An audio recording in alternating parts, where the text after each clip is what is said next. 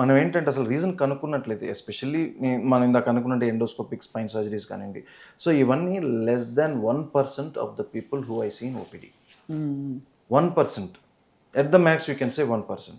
So మిగతా వాళ్ళు it can be remedied by normal measures. అంటే మెడిసిన్ కొద్ది రోజులు ఎక్సర్సైజ్, లైఫ్ స్టైల్ మోడిఫికేషన్. మీ ప్రాబ్లం ఇక్కడ ఉంది అంటే ఒక్క మంచి విషయం ఏంటంటే మన దగ్గరకు వచ్చే పేషెంట్స్ కానీ క్లయింట్స్ కానీ దే ఆర్ మోటివేటెడ్. ప్రాబ్లం వస్తుంది అంటే బై గుడ్ ఆర్ బ్యాడ్ ఇప్పుడు ఇంట్లో కూర్చునే పరిస్థితి ఎవరికీ లేదు. ఎవరికీ లేదు. పుట్టిన వాళ్ళ నుంచి చచ్చిపోయే వరకు లేదు.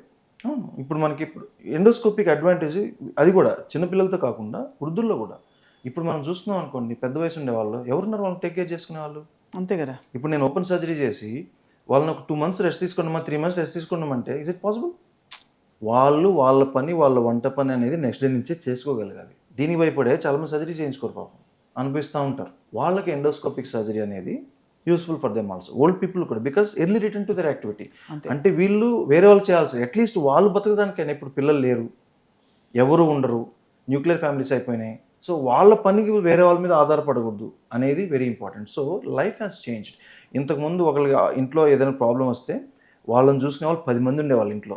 ఇప్పుడు ఎవరికి ప్రాబ్లం వచ్చినా వాళ్ళే చూసుకోవాలి, తప్పదు. వాళ్ళని చూసుకోలేకపోతున్నారు, పనులు ఎక్కువ ఉన్నాయి కాబట్టి.